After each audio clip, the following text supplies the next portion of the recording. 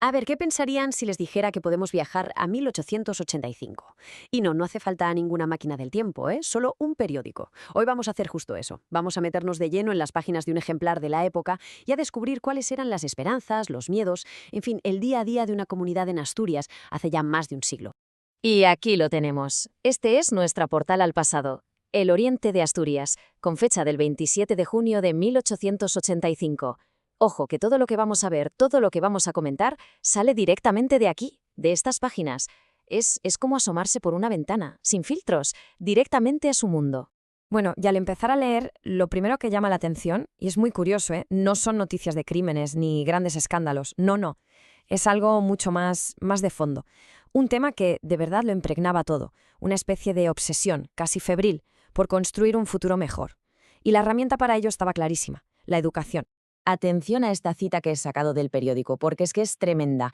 Esto no es una opinión cualquiera, es toda una declaración de intenciones. Revela un orgullo inmenso y una ambición. Querían que Llanes fuese la comarca más culta de toda España. Casi nada.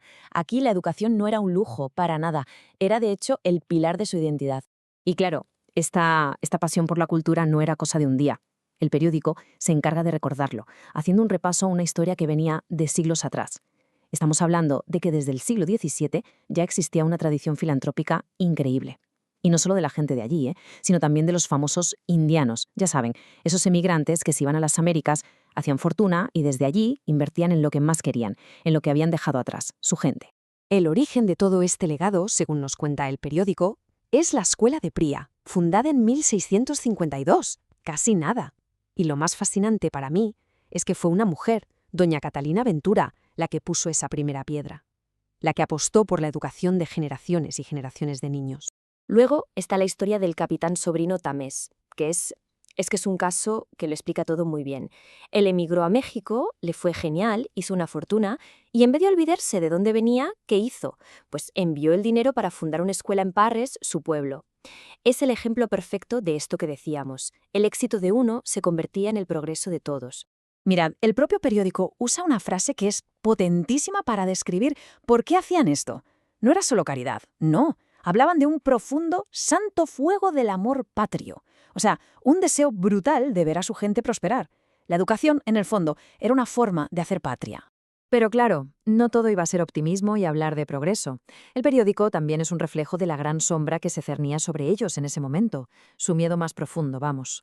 Y era la amenaza de una epidemia de cólera que se estaba extendiendo sin piedad por el resto de España.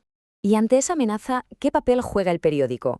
Pues se convierte, literalmente, en un manual de supervivencia. Publica las instrucciones oficiales del Consejo de Sanidad para que cada familia, cada persona, supiera exactamente cómo protegerse, qué tenía que hacer. Y aquí hay algo que me parece fascinante. Es la perspectiva que tenían en el siglo XIX sobre la conexión entre mente y cuerpo. Una de las advertencias más importantes no era sobre un virus o una bacteria, no, era sobre el miedo. Estaban convencidos de que el pánico te hacía más vulnerable a la enfermedad. Curioso, ¿verdad? Así que la lucha contra la epidemia, en realidad, empezaba en casa. Los consejos oficiales eran súper directos y muy prácticos. Ventilar, pero ojo, sin dormir con las ventanas abiertas. Limpieza a fondo, ir bien abrigados sobre todo los pies y comer con moderación. Vamos, que la primera línea de defensa era el propio hogar.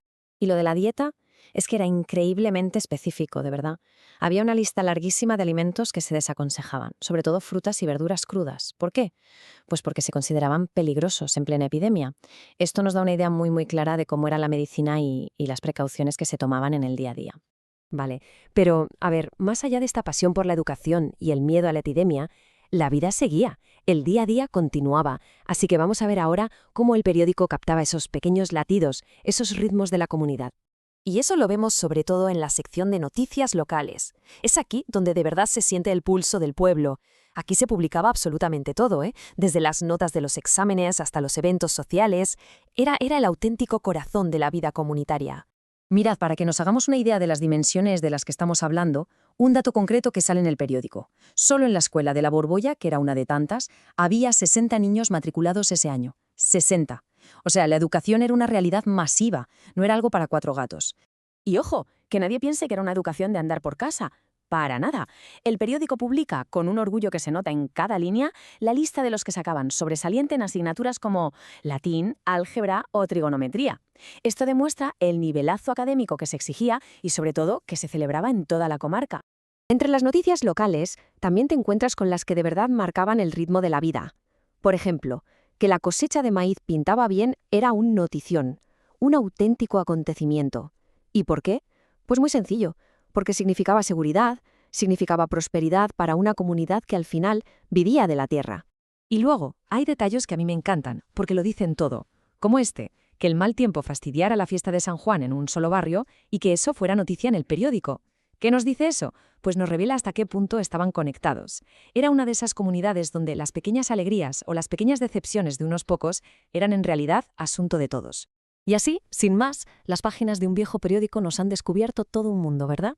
Una comunidad que se jugaba el futuro en la educación, que se hacía fuerte ante el miedo a una epidemia y que vivía al ritmo de la tierra. La pregunta que a mí me queda flotando es, si hoy hiciéramos un periódico sobre nuestra propia comunidad, sobre nuestro entorno, ¿serían nuestras pasiones y nuestros miedos tan diferentes a los que tenían ellos?